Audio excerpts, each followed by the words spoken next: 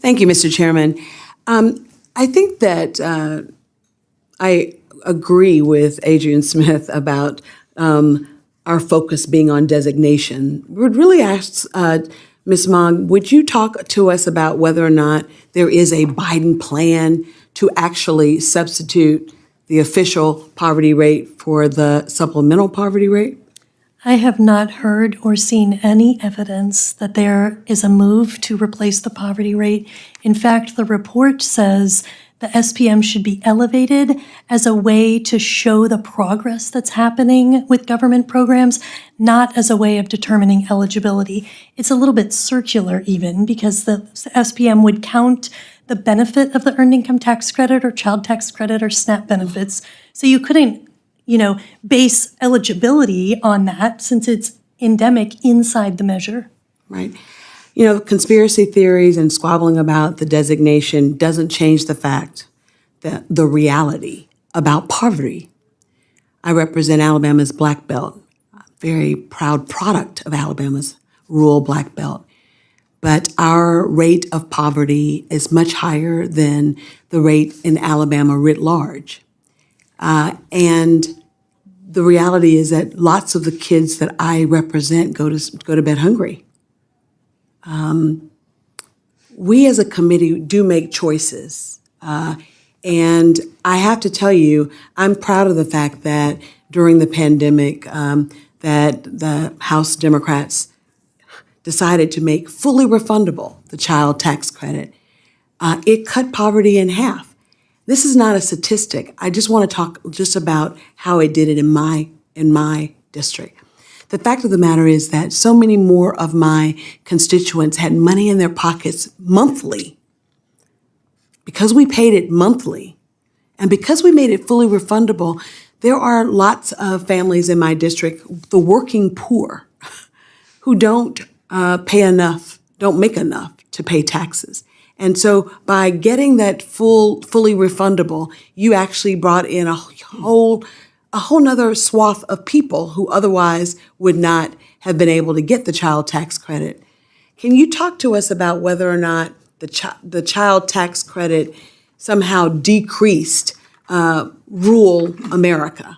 Because I don't think that that's true. I actually don't think that somehow this child tax credit made it worse for rural America versus versus urban. Can you talk a little bit about that? Sure. The evidence suggests that a larger share of rural children are left out of the child tax credit today than urban children. And so when we made the credit fully refundable, it meant children in urban areas had equal access to the credit. Moreover, there's evidence that people, when they have low incomes, they delay getting health care and they are hungry. Hello, friends.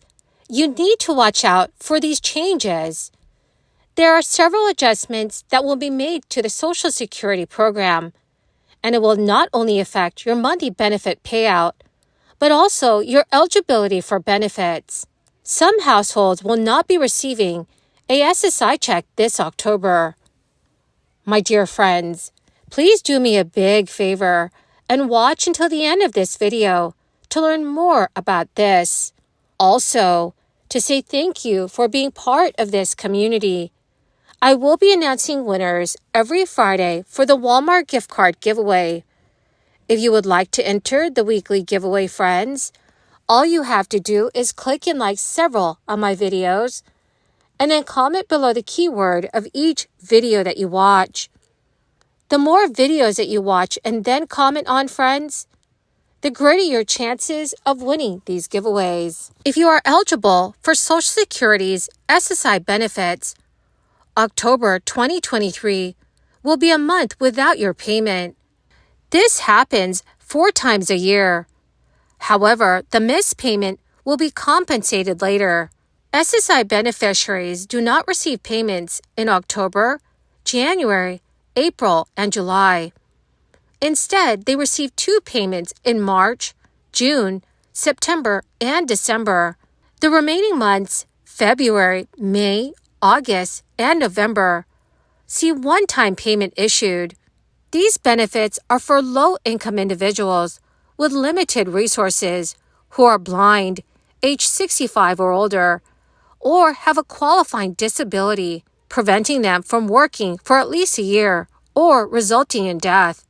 In 2023, the federal SSI benefit amounts to $914 for an individual and $1,371 for a couple. However, some states offer supplementary payments varying based on income, living arrangements, and other factors. So not all states provide supplemental payments. This includes Arizona, Arkansas, Mississippi, North Dakota, Tennessee, and West Virginia. Regular Social Security retirement benefits will be dispersed as usual in October of this month.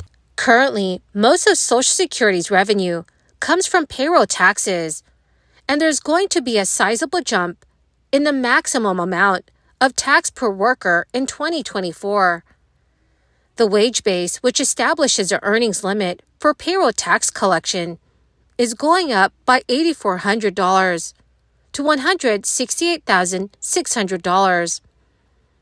Employees making that much or more can expect to see $520 more withheld from their total paychecks in 2024 than what they saw this past year.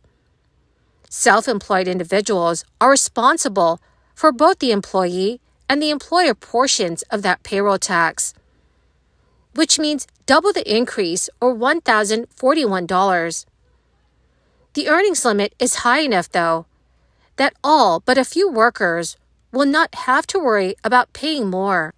But if you are retiring in 2024, your maximum Social Security benefit will be quite a bit higher than it was for those who retired in 2023. Those retiring at age 62, which is typically the earliest eligibility date, will qualify for up to $2,710 in monthly benefits. That is up $138 from the maximum this year. Those retiring at age 62, which is typically the earliest eligibility date, will qualify for up to $2,710 in monthly benefits. That is up $138 from the maximum in 2023. Those waiting beyond 62 to claim benefits may see even higher maximums. Those who wait until age 70 could see a massive increase, with the maximum rising $318 to $4,873 per month. So friends, if you retire at age 65, your maximum will go up $147 to $3,426. Those who are retiring at age 66 or 67 will receive an increase of $146 and $103. According to the Motley Fool, even in retirement, you cannot escape income taxes. Your Social Security checks may be subject in both state and federal taxes, but exactly how much you'll pay, or whether you'll owe taxes at all, will depend on a few factors.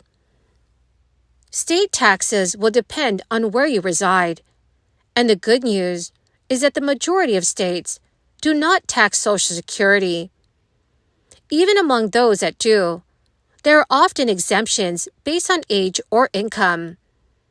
Because each state has different regulations, it is best to check your state's tax code to see whether you'll owe taxes on your benefits. Federal taxes affect everyone, and they will depend on a figure called your provisional income, which is half of your annual Social Security benefit, plus your adjusted gross income, such as 401k withdrawals and any non-taxable interest. Another commonly misunderstood factor is how your career affects your monthly payments. More than 60% of U.S. adults are unaware that working for fewer than 35 years will result in reduced payments each month. The Social Security Administration calculates your benefit amount by taking an average of your wages throughout the 35 highest earning years of your career. That number is then run through a complex formula to account for cost of living changes, and the result is the amount that you'll receive by filing at your full retirement age. Well, my awesome and amazing friends, that is the end of my daily stimulus update video for today.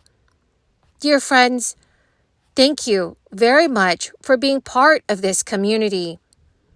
To say thank you and to show my appreciation, every Friday I will be announcing several winners for the Walmart gift card giveaway.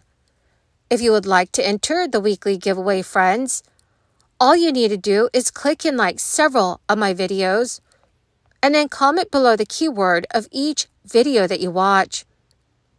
The more videos that you comment on, dearest friends, the greater your chances of winning these giveaways. Thank you, and have a wonderful and very blessed weekend.